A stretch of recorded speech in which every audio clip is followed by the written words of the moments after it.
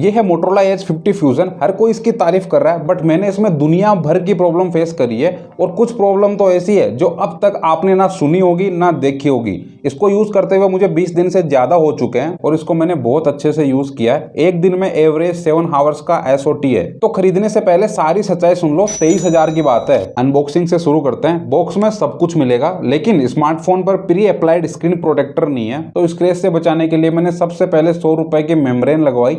और UV glass मैंने इसलिए नहीं लगवाया बिकॉज उसका ग्लू बहुत स्ट्रॉन्ग होता है। 3 से 4 महीने बाद उसको उतारने में बहुत दिक्कत होती है। डिस्प्ले उखड़ सकती है, स्क्रैच आ सकते हैं। वैसे ये मेम्ब्रेन स्क्रीन प्रोटेक्टर आपको कहीं भी इजीली मिल जाएगा। इसमें बबल भी नहीं आते और इतने दिन बाद भी साइड से उतरा नहीं है। लेकिन मेटल की किसी भी चीज से ये फट सकती है, ये बस स्क्रैच से बचाएगी। वैसे Motorola Edge 50 Pro के साथ मेम्ब्रेन बॉक्स में मिलती है, लेकिन इसके साथ नहीं। ये फोन काफी लाइट वेट फील होता है। वेट ओनली 175 ग्राम है और स्लिम भी है। कंपैरिजन देख लो इसकी प्राइस के आसपास। बस Samsung F55 ज्यादा पतला है। वैसे इसकी साइड फ्रेम प्लास्टिक की है और बैक साइड विगन लेदर काफी सॉफ्ट है, लेकिन गंदा जल्दी होता है। और Motorola ने साइड फ्रेम पर इस तरह से कर्व नहीं दिया, एकदम फ्लैट रखा है। और कर्व डिस्प्ले फ्रेम में मर्ज है, तो फोन को यूज करने में मजा आता है। लेकिन डिस्प्ले साइज बड़ी फील होती है और फिंगरप्रिंट की पोजीशन नीचे है, लेकिन आदत होने पर आपको दिक्कत नहीं होगी। तो ओवरऑल इन हैंड फील अच्छी है, लेकिन इसमें कुछ कमियां भी है। वॉल्यूम एंड पावर बटन बहुत छोटे और पतले हैं, तो प्रेस करने के लिए थंब को सीधा रखना होगा। इस तरह से काम नहीं चलेगा। और ये आधा अधूरा कवर फ्रेम को प्रोटेक्ट नहीं करता। फ्रेम पर कभी भी स्क्रैच आ सकते हैं। एक छोटा सा डेंट मुझे भी मिला है। तो फुल फ्रेम कवर यूज करना। वैसे डिजाइन सब्जेक्टिव है, मुझे बस Motorola का लोगो पसंद आया, मस्त साइन करता है। और कैमरा बम्प ज्यादा नहीं है, टेबल पर रखकर यूज कर सकते हैं, लेकिन लेफ्ट साइड से प्रेस करने पर थोड़ा हिलता जरूर है। इसमें IP68 रेटिंग मिलती है, तो आज मैं अपने बचपन का सपना पूरा करूंगा।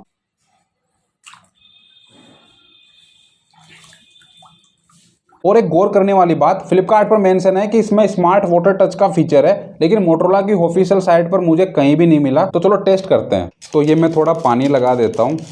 सबसे पहले फिंगरप्रिंट ट्राई करते हैं। फिंगरप्रिंट तो काम कर रहा है और होम स्क्रीन पर भी टच काम कर रहा है। ऐप ओपन हो पा रहे हैं और कीबोर्ड भी यूजेबल है। लेकिन डिस्प्ले में मुझे 4 कमियां मिली है। फर्स्ट, फोटो क्लिक करने के बाद आप फोटो देखने जाओगे कि कैसे आई है, और उस टाइम अगर मान लो आपको ब्राइटनेस बढ़ाने की जरूरत है तो ब्राइटनेस इंक्रीज करने पर उतनी ही रहेगी। फिर जब आप बैक जाओगे तब ब्राइटनेस एकदम से इंक्रीज होगी जितनी आपने बढ़ाई थी। सेकंड, यूट्यूब एंड नेटफ्लिक्स पर HDR सपोर्ट नहीं करता, और यूट्यूब पर 4K वीडियो तो अटक अटक कर चलती ही है। 2K रिजोल्यूशन पर भी वीडियो अटकती है। ये POLED कर्व डिस्प्ले है with 144 hertz refresh rate. 144 hertz पर एनिमेशन बहुत स्मूथ है और स्क्रॉलिंग में फास्ट फील होता है। और ऑलमोस्ट सभी एप्स में 144 हर्ट्ज सपोर्ट करता है। मुझे कोई भी ऐप नहीं मिला जिसमें 144 हर्ट्ज सपोर्ट ना करता हो। और थर्ड प्रॉब्लम रिफ्रेश रेट में ही है। रिफ्रेश रेट ठीक से ऑप्टिमाइज नहीं है। एक तो ऑटो मोड पर ये 90 हर्ट्ज रिफ्रेश रेट से ऊपर नहीं जाता, और जैसे अभी ये 60 हर्ट्ज टू 90 हर्ट्ज स्विच कर रहा है, लेकिन बहुत बार तो ये 60 हर्ट्ज पर ही अटक जाता है, जैसा कि आप देख पा रहे हो। और same problem 144 hertz refresh rate पर भी है। जैसे अभी ये normally 144 hertz to 60 hertz switch कर रहा है, और अभी ये 144 हर्ट्ज पर फिक्स हो गया है। और फोर्थ प्रॉब्लम, पता नहीं क्यों ये कीबोर्ड के एरिया से बैक नहीं जाता, कीबोर्ड के ऊपर से बैक करना पड़ता है, तो ये थोड़ा अनकंफर्टेबल फील करवाता है। डिस्प्ले ब्राइटनेस इनफ है। 1200 निट्स HBM ब्राइटनेस है और 1600 निट्स पीक ब्राइटनेस। और डायरेक्ट सनलाइट में भी सब अच्छे से विजिबल होता है। और नाइट में एकदम लो ब्राइटनेस करने के बाद एक्स्ट्रा डिम का ऑप्शन भी है, जो काम का है। डिस्प्ले के कलर अच्छे हैं। ब्लैक पार्ट अच्छे से ब्लैक दिखाता है, और रेड टोन या ओवर कलर कॉन्ट्रास्ट जैसा कुछ नहीं है, सब बैलेंस्ड है। और इसमें कॉर्निंग गोरिल्ला ग्लास 5 की प्रोटेक्शन है, और ये ग्लास सच में स्ट्रॉन्ग है। ये मेम्ब्रेन यहाँ से फट गई है, ये स्क्रैच इस डोर से हुआ है। इस डोर क्लोजर की वजह से ये एकदम से डिस्प्ले पर आकर लगा था, बट डिस्प्ले पर कोई भी स्क्रैच नहीं हुआ। वैसे इसमें डुअल स्टीरियो स्पीकर्स है विद डोल्बी एटमॉस, और आपको 360 साउंड फील होगा। साउंड की क्वालिटी अच्छी है, कोई कमी नहीं है, इनफ लाउड है। आप खुद ही सुन लो।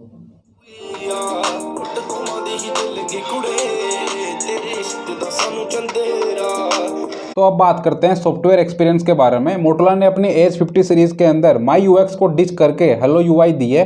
तो अब इसके मैं प्रो एंड कॉन्स बताता हूँ। लॉक स्क्रीन से शुरू करते हैं। कस्टमाइजेशन के लिए यहाँ पर 3 तरह की क्लॉक स्टाइल अवेलेबल है और इनमें text style and colour change कर सकते हैं, लेकिन फिंगरप्रिंट में ओनली 3 एनिमेशन के ऑप्शन है और प्रॉब्लम ये है बस एक ही अच्छा है, ये वाला। ये 2 तो एकदम छपरी वाइब देते हैं और कस्टमाइजेशन के ऑप्शन अब थोड़े ज्यादा मिलते हैं MI UX से। लाइक वॉलपेपर में एनिमेशन ऐड करने के ऑप्शंस मिलते हैं, लेकिन मुझे ये इतने ज्यादा अच्छे नहीं लगे और ये AI जनरेटेड वॉलपेपर तो बहुत बेकार है। चाहे कोई भी किसी तरह की भी फोटो ऐड करो, बहुत अजीब और 4 सेम फिक्स इफेक्ट में वॉलपेपर देता है और इनमें से एक भी यूजेबल नहीं है। इसमें 5 तरह की थीम है और 5 तरह के आइकन सेफ है और यहाँ कलर वाले ऑप्शन में जाकर notification, clock and control centre का कलर चेंज कर सकते हैं और यहाँ नथिंग आइकन की तरह ऐप आइकन चेंज कर सकते हैं, लेकिन सारे आइकन चेंज नहीं होते। ये अपने हिसाब से किसी भी ऐप आइकन को चेंज कर देता है और नथिंग की तरह आज की डेट में इनका कोई आइकन पैक नहीं है जिससे सभी आइकन इस स्टाइल में आ सके। हेलो UI में 2 तरह का कंट्रोल सेंटर है, क्लासिक स्टाइल जो ओल्ड वाला है और एक मॉडर्न जो न्यू ऐड हुआ है। ये ऑलमोस्ट iOS से कॉपी है और मोटोरोला ने होमवर्क ठीक से नहीं किया है। ये मॉडर्न कंट्रोल सेंटर इतना ऑप्टिमाइज नहीं है,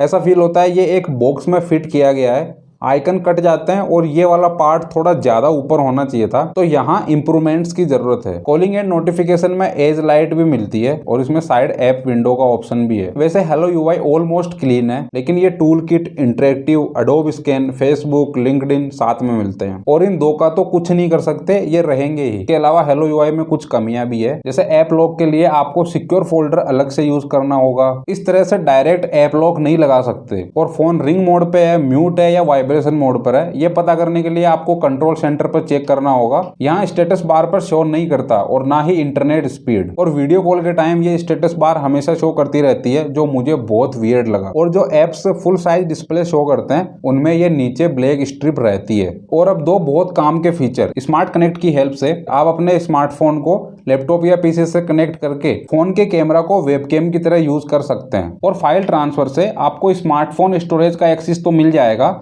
लेकिन ये बहुत स्लो है, लोडिंग होने में बहुत टाइम लेता है। लेकिन इसकी जगह मुझे शेयर हब सही लगा, इसमें बस फाइल ड्रैग एंड ड्रॉप करना होता है और ये बहुत फास्ट है। फिर फाइल को अपने स्टोरेज में लेने के लिए आपको डाउनलोड करना होगा, तो कम साइज की फाइल्स के लिए ये एकदम परफेक्ट है। इसका एक यूज और है, आप कोई भी लिंक या टेक्स्ट ड्रैग एंड ड्रॉप करके अपने स्मार्टफोन में ट्रांसफर कर सकते हो और स्मार्ट कनेक्ट से स्मार्टफोन को कनेक्ट करने के बाद जो भी फोन पर कॉल या मैसेजेस आएंगे उनकी नोटिफिकेशन कनेक्टेड पीसी पर शो होगी। और अब ये सेकंड फीचर बहुत काम का है। फैमिली स्पेस की हेल्प से आप पर्टिकुलर जो ऐप सेलेक्ट करोगे बस वो ही ऐप यूज कर सकते हो, उसमें टाइमर लगा सकते हो, उसकी कोई लिमिटेशन नहीं है। और अगर मान लो इमरजेंसी में आपको फुल एक्सेस चाहिए अपने स्मार्टफोन का, तो फिंगरप्रिंट लगाओ एंड डन। तो इसके यूज केस आप अपने हिसाब से निकाल सकते हो। और जहां तक बात है अपडेट की, तो अभी तक इसमें कोई भी अपडेट नहीं आया है। आउट ऑफ द बॉक्स इसमें एंड्रॉइड 14 मिलता है और 17 तक ये जाएगा और 4 साल तक के सिक्योरिटी अपडेट मिलेंगे। लेकिन मोटोरोला के स्मार्टफोन में सिक्योरिटी अपडेट एंड बग्स को फिक्स करने के लिए अपडेट नहीं मिलते। इसी का एग्जांपल ले लो, इसको 1 महीना हो चुका है लॉन्च हुए और अभी तक ना तो किसी बग्स को फिक्स करने के लिए अपडेट आया और ना ही सिक्योरिटी अपडेट। इसमें अभी तक मार्च का ही सिक्योरिटी अपडेट है। और परफॉर्मेंस की बात करें तो मेरे पास ये 8/128GB वेरिएंट है। वैसे इसमें रैम बूस्ट का भी ऑप्शन है, वो गिमिक है। और Qualcomm Snapdragon 7S Gen 2 4 nanometre पर बेस चिप लगी है। इसका AnTuTu स्कोर 5,50,000 आया है, जो इसके सभी कॉम्पिटिटर से कम है। और अब प्रैक्टिकल बात करें तो मल्टीटास्किंग में कई बार लैग करता है। कोई भी ऐप ओपन करो, ओपन होने में ज्यादा टाइम लेता है और स्लो है। और कैमरा ऐप ओपन करने में 10 में से 8 बार जिटर करता है। और इसके कैमरा में मुझे सबसे ज्यादा दिक्कत मिली है, उनके बारे में हम बस थोड़ी देर बाद बात करेंगे। पहले मैं आपको गेमिंग एक्सपीरियंस शेयर करता हूं। First of all, BGMI open होने में थोड़ा ज्यादा टाइम लेता है। इसमें मैक्सिमम HDR अल्ट्रा पर अल्ट्रा ग्राफिक सेटिंग्स मिलती है, जो बहुत अच्छी बात है। ग्राफिक्स अच्छे हैं लेकिन फ्रेम ड्रॉप होती है। और मुझे कई बार स्मूथ एक्सट्रीम ग्राफिक सेटिंग्स पर भी फ्रेम ड्रॉप मिले हैं। और भी सिंपल शब्दों में बताऊं तो मुझे ऐसा फील ही नहीं हो रहा कि मैं 2024 के लेटेस्ट लॉन्च 20,000 वाले स्मार्टफोन में गेमिंग कर रहा हूं। तो परफॉर्मेंस प्राइस के अकॉर्डिंग वीक है। और 30 मिनट के CPU थ्रोटलिंग टेस्ट में ग्राफ ठीक ठाक स्टेबल है और 90% पर यह थ्रोटल हुआ है। वैसे हीटिंग की मुझे इतनी कोई प्रॉब्लम फील नहीं हुई। BGMI खेलते टाइम यहाँ पर 45 डिग्री तक टेम्परेचर शो कर रहा था। और वैसे चार्जिंग के टाइम या लगातार 2-3 घंटे यूज करने के बाद सभी स्मार्टफोन गर्मियों के अंदर नॉर्मल से ज्यादा हीट करते ही हैं। परफॉर्मेंस के अलावा इसमें मुझे और भी कमियां फील हुई है। सबसे पहले इसमें हैप्टिक बहुत नॉर्मल है और वाइब्रेशन मोड पर तो बहुत बार कॉल का पता ही नहीं चलता। टेबल पर भी बहुत नॉर्मल वाइब्रेट साउंड करता है। इतना बुरा हाल है कि एक हाथ की दूरी पर फोन वाइब्रेट कर रहा है और मुझे पता ही नहीं। बहुत बार कॉल मिस हुई है और बैकग्राउंड नॉइस इस फैन की थी, इसकी नहीं। नेटवर्क कनेक्टिविटी की बात करें तो इंटरनेट स्पीड के मामले में एकदम परफेक्ट है। जैसे BGMI सिम डेटा से ओनली 29 सेकंड्स में डाउनलोड हो गया। लेकिन कॉलिंग में दिक्कत है। जब से ये स्मार्टफोन मैंने यूज करना शुरू किया है, मैंने एक प्रॉब्लम फील करी कि नेक्स्ट पर्सन के पास आवाज नहीं जाती और कॉल बीच में ही डिस्कनेक्ट हो जाती है अपने आप। और ये सच में दिक्कत है। 6 महीने से मैं सेम लोकेशन पर रह रहा हूँ और मेरे ओल्ड स्मार्टफोन 5 साल पुराने स्मार्टफोन में मुझे बिल्कुल भी एक बार भी फील नहीं हुआ कि कॉल ड्रॉप हो रही है। लेकिन इसमें दिक्कत है। वैसे इसमें 13 5G के बैंड्स है, वाईफाई 6, ब्लूटूथ वर्जन 5.2 है और वाईफाई एंड ब्लूटूथ कनेक्टिविटी में मुझे किसी तरह की कोई प्रॉब्लम फील नहीं हुई और इसमें NFC का सपोर्ट भी है। तो अब बात करते हैं इसके कैमरा के बारे में, जिसमें मुझे सबसे ज्यादा प्रॉब्लम मिली है। इसमें बैक साइड 50+13 मेगापिक्सल का कैमरा सेटअप है और 13 मेगापिक्सल का सेंसर ही मैक्रो का काम भी करता है। नॉर्मल फोटो मोड में macro 0.5x, 1x and 2x and up to 10x zoom तक फोटो ले सकते हैं। फोटो क्वालिटी की बात करें तो दिन में ओवरऑल अच्छी क्वालिटी फोटो निकाल कर देता है। फोटोज में डिटेल अच्छी आती है, स्किन स्मूथ नहीं करता और almost time colours natural capture करता है। वैसे डायनामिक रेंज अच्छी है, जो जितना ब्लैक है उसको उतना ही ब्लैक दिखाता है। लेकिन डायरेक्ट सनलाइट में कई बार कूल टोन ऐड कर देता है तो कई बार वार्म टोन। लेकिन अल्ट्रा वाइड और मेन कैमरा में थोड़ा कलर शिफ्टिंग की दिक्कत है और अल्ट्रा वाइड इमेजेस नॉइसी आती है। पोर्ट्रेट मोड के अंदर 24mm, 35mm and 50mm 3 option available है और तीनों में अच्छी फोटोज लेता है। मैंने डे लाइट में इंडोर में भी कुछ फोटोज लिए, जैसा कि आप देख पा रहे हो। एज डिडक्शन एकदम परफेक्ट है और मेन सब्जेक्ट को अच्छे से हाईलाइट करता है और बुके इफेक्ट भी अच्छे से ऐड करता है, नेचुरल लगता है। और डायरेक्ट सनलाइट में भी पोर्ट्रेट फोटोज अच्छी आती है और इसके कैमरा की इमेज प्रोसेसिंग लाजवाब है। तो जैसे अभी विंडो से सनलाइट बहुत ज्यादा आ रही है और कैमरा ठीक से कैप्चर नहीं कर पा रहा है कि बैकग्राउंड में क्या है विंडो के बाहर। तो जैसे ही हम फोटो क्लिक करते हैं और हम जैसे ही इमेज प्रोसेसिंग में जाएंगे तो इमेज प्रोसेसिंग से कितना ज़्यादा क्लियर हो चुका है। अब बैकग्राउंड का भी दिख रहा है और फोटो कितनी क्लियर हो चुकी है। और इमेज एडिट के ऑप्शन में एक इनहांस करके एक ऑप्शन है, इसकी हेल्प से फोटो में थोड़ी लाइट ऐड कर सकते हो, जिससे कभी कभार अच्छा रिजल्ट मिल जाएगा। ये कुछ मैक्रो कैमरा सैंपल्स है जो इसी स्मार्टफोन के 13 megapixel ultra wide camera lens से लिए गए हैं। तो अब थोड़ा एक्टिव रहना, वीडियो रिकॉर्डिंग की बात करते हैं। फर्स्ट सिनेरियो, अभी मैं ऑटो में हूँ और ये थोड़ा ज्यादा ही सेक कर रहा है, तो आपको इससे OIS का आइडिया लग रहा होगा। और 4K 30 FPS, 1080p 60 FPS and 30 FPS में आप डिफरेंस भी देख लो और तीनों में कलर ऑलमोस्ट सेम है, कलर शिफ्टिंग की प्रॉब्लम नहीं है। सेकंड सिनेरियो, अभी मैं ट्रैक्टर में हूँ और दोनों ही वीडियो 1080p क्वालिटी में, तो आपको 30 FPS एंड 60 FPS में डिफरेंस पता चल रहा होगा। और थर्ड सिनेरियो, अभी मैं बस में हूँ और ये 4K वीडियो रिकॉर्डिंग है, अभी 1x पर शूट हो रहा है और अब मैंने इसको अल्ट्रा वाइड पे शिफ्ट किया है ऑन टाइम और 2x जूम पर कुछ इस तरह की वीडियो क्वालिटी मिलेगी, इतना ये जूम करता है। By the way video recording में 6x तक जूम कर सकते हैं। और फोर्थ सिनेरियो, बाइक पर आर्टिफिशियल बारिश हो रही है और डार्क पार्ट को नेचुरल डार्क दिखा रहा है। और फिफ्थ सिनेरियो जो इंडोर शूट है डे लाइट में, मैं वेट कैसे कम करूं कोई बताओ यार। और sixth scenario night light condition में, ये 3 वीडियोस है अलग अलग रिजोल्यूशन एंड FPS में। और यहाँ लाइट अच्छी खासी है जैसा शादियों में होती है, तो लाइट फ्लेयर्स नहीं आ रही है। और वैसे डे में इंडोर लाइट में भी लाइट फ्लेयर्स नहीं आती। और सबसे अच्छी बात, डायरेक्ट सनलाइट में भी लाइट फ्लेयर्स नहीं आती, बस ये ग्रीन डॉट आता है। और लास्ट सिनेरियो, मैं एक शॉपिंग मॉल में हूँ और यहाँ सनलाइट कम है तो यहाँ डार्कनेस ज्यादा है, बट कैमरे में मुझे सबसे ज्यादा प्रॉब्लम मिली है, कैमरा ऐप स्लो है, फिर चाहे मोड स्विच करना हो या इमेज प्रोसेसिंग या शटर स्पीड। और फोटो लेने के बाद ओपन करने पर कई बार फ्लिकरिंग करता है। लो लाइट कंडीशन में फोटोज के आउटर कॉर्नर्स पर अजीब सी नॉइस आ जाती है, स्पेशली अल्ट्रा वाइड फोटोज में। और डे लाइट में भी दिक्कत है, कभी कभी एज डिटेक्शन सही से नहीं करता, एक्स्ट्रा एज ऐड कर देता है। और अब वीडियो रिकॉर्डिंग में 3 सबसे बड़ी दिक्कत। फर्स्ट, मैं बस में ट्रेवल करते टाइम वीडियो बना रहा था, तो कुछ टाइम बाद ही वीडियो रिकॉर्डिंग तो चल रही थी लेकिन सब कुछ ब्लैकआउट हो गया था और कैमरा ऐप में टच भी काम नहीं कर रहा था। और सेकंड प्रॉब्लम, जैसे ये अभी 1080p में वीडियो रिकॉर्डिंग कर रहा है लेकिन 4K वीडियो रिकॉर्डिंग में एरर आ रही है और ये प्रॉब्लम फोन को स्विच ऑफ करने पर ही ठीक हुई। और सबसे बड़ी कमी, प्रोडक्ट शूट नहीं कर सकते, फोकस की दिक्कत है। मेन ऑब्जेक्ट एकदम ब्लर हो जाता है और बैकग्राउंड का सब कुछ दिखता है, चाहे फोकस करने के लिए कितना भी क्लिक करो, थोड़ी देर बाद ये वापस फोकस लूज कर देता है। इसमें सेल्फी कैमरा है 32 मेगापिक्सल का, उससे भी आप 1080p 30 FPS में वीडियो रिकॉर्डिंग कर सकते हो और 4K 30 FPS तक की मैक्सिमम रिकॉर्डिंग का ऑप्शन भी है। तो भी यहाँ पर बहुत तेज बरसात हो रही है और बैकग्राउंड में नॉइस भी बहुत ज्यादा है, तो आपको आइडिया लग रहा होगा माइक्रोफोन की क्वालिटी का। तो इंडोर में सनलाइट के अपोजिट फेस पूरा ब्लैकआउट हो जाता है और जैसे ही आप सनलाइट के अकॉर्डिंग जाओगे तो कुछ इस तरह की वीडियो क्वालिटी आपको देखने को मिलेगी, एकदम सब कुछ क्लियर दिख रहा है। और 1080p 30 fps पर हार्श सनलाइट में सेल्फी से कुछ इस तरह की वीडियो क्वालिटी मिलेगी, लेकिन सन के डायरेक्शन में लाइट फ्लेयर्स आती है।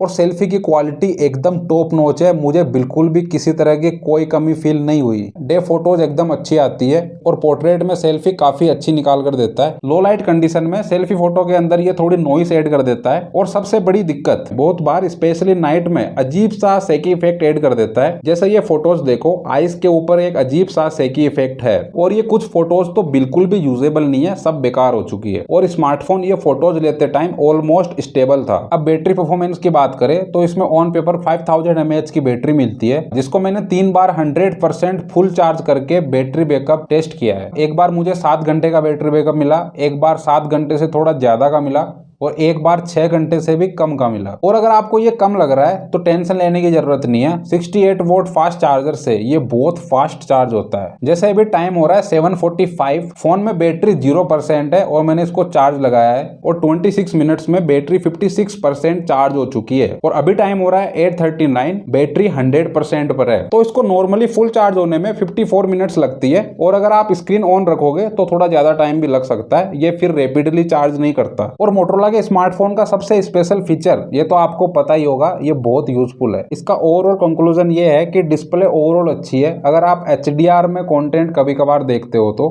कैमरा क्वालिटी से मैं एकदम सरप्राइज हूँ, बहुत ज्यादा अच्छी फोटोज निकाल कर देता है। लेकिन कैमरा में बहुत सारे बग्स है, उनको फिक्स करने की नीड है। और हेलो UI अच्छा लगा, परफॉर्मेंस एवरेज मिल जाती है, लेकिन मैं इसके अंदर फर्स्ट अपडेट का इंतजार कर रहा हूँ। और अगर आपको डाउट है कि ये स्मार्टफोन बाय किया जाए या नथिंग फोन 2A, तो उसका डिटेल रिव्यू यहाँ पे मिलेगा।